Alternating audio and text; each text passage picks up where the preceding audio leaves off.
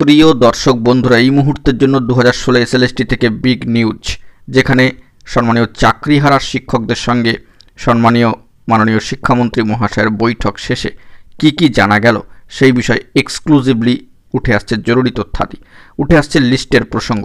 অবশ্যই এই ভিডিওর মধ্যে তুলে ধরবার জন্য চেষ্টা করছি।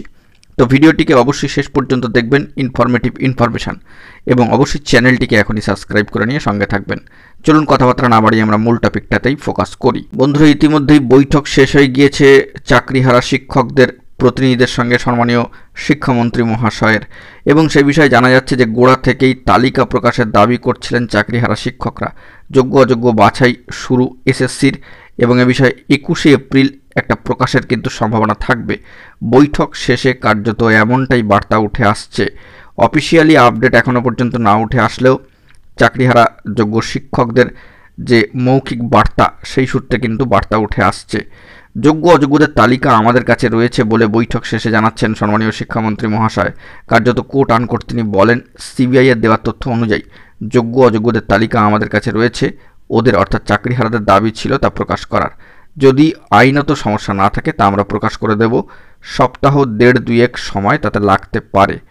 সম্মানীয় শিক্ষামন্ত্রী বৈঠক পরবর্তী আইনি পদক্ষেপ নিয়েও আলোচনা করেন। চাকরিহারারা রিভিউয়ের আবেদন করার আগে কী ধরনের আলোচনা করা হবে কথা হয়েছে সেসব নিয়েও। চাকরিহারাদের তরফে সম্মানীয় মেহবুব মণ্ডল মহাশয় কার্যত বলেন যে, তবে এখনই আমাদের স্বস্তি নেই, স্বস্তি সেদিনই পাবো যেদিন আমরা আইনিভাবে জিতে ফিরব। চাকরিহারাদের সম্মানীয় আরও এক প্রতিনিধি বলেন যে, আমাদের আলোচনা হয়েছে, দুটো পার্টে আলোচনা হয়েছে।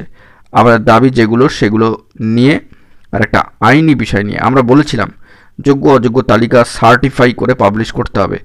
সম্মানীয় শিক্ষামন্ত্রী মহাশয়ের উপস্থিতিতে এসএসসির চেয়ারম্যান সাহেব জানিয়েছেন, যোগ্য অযোগ্য তালিকা ওরা ইতিমধ্যেই তৈরি করতে শুরু করে দিয়েছেন। পরের রবিবারের মধ্যে হয়তো হয়ে যেতে পারে। আইনি পরামর্শ নিয়ে সোমবার নাগাদ সেটা পাবলিশ করবেন, এমনটাই কিন্তু সম্ভাবনা। পরের সোমবারের যে সপ্তাহ, অর্থাৎ সম্ভবত 21 তারিখ নাগাদ।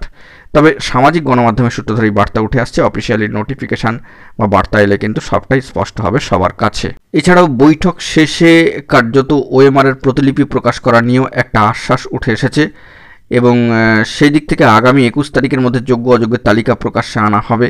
ওএমআরের প্রকৃত মিরর ইমেজ নেই, যদি তা থাকতো তাহলে সিবিআই তা খুঁজে পেত।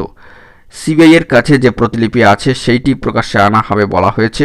তবে রাজ্যের সঙ্গে বৈঠকের পর চাকরিহারারা জানাচ্ছেন যে এখনই তারা স্বস্তি পাচ্ছেন না। যতক্ষণ পর্যন্ত তাদের দাবি আদায় না হচ্ছে ততক্ষণ পর্যন্ত চলবে আন্দোলন। ওই দিনের বৈঠকের আগে উপস্থিত হন সম্মানীয় চেয়ারম্যান সাহেব, মধ্যশিক্ষা পর্ষদের সভাপতি মহাশয়। পরে পৌঁছে যাচ্ছেন সম্মানীয় শিক্ষামন্ত্রী ব্রাত্য বসু মহাশয়। তো কার্যত উপস্থিত ছিলেন চাকরিহারাদের 13 জন প্রতিনিধি, যেমনটা মনে করা হচ্ছে। তারা ওএমআর মিরর ইমেজ প্রকাশের দাবি করেন। সম্মানীয় শিক্ষামন্ত্রীর সঙ্গে বৈঠক শেষে চাকরিহারা শিক্ষকরাও কিন্তু বিকাশ ভবন থেকে সরাসরি বেরিয়ে এলেন, নিজেদের বক্তব্য স্পষ্ট করলেন তারা। সম্মানীয় শিক্ষামন্ত্রী চাকরিহারাদের উদ্দেশ্যে বলেন, অপেক্ষা করুন, আমরা যথাসাধ্য চেষ্টা করছি।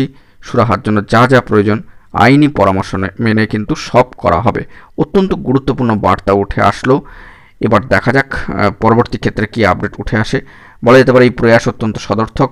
পরবর্তী ক্ষেত্রে কী আপডেট উঠে আসে না আসে, এবং অফিসিয়ালি আপডেট কী আসে সেই দিকে আমাদেরকে ফোকাস রাখতে হবে। এখন এটুকুই, ভালো থাকবেন। চ্যানেলটিকে অতি অবশ্যই সাবস্ক্রাইব করে নিয়ে সঙ্গে থাকবেন। ধন্যবাদ।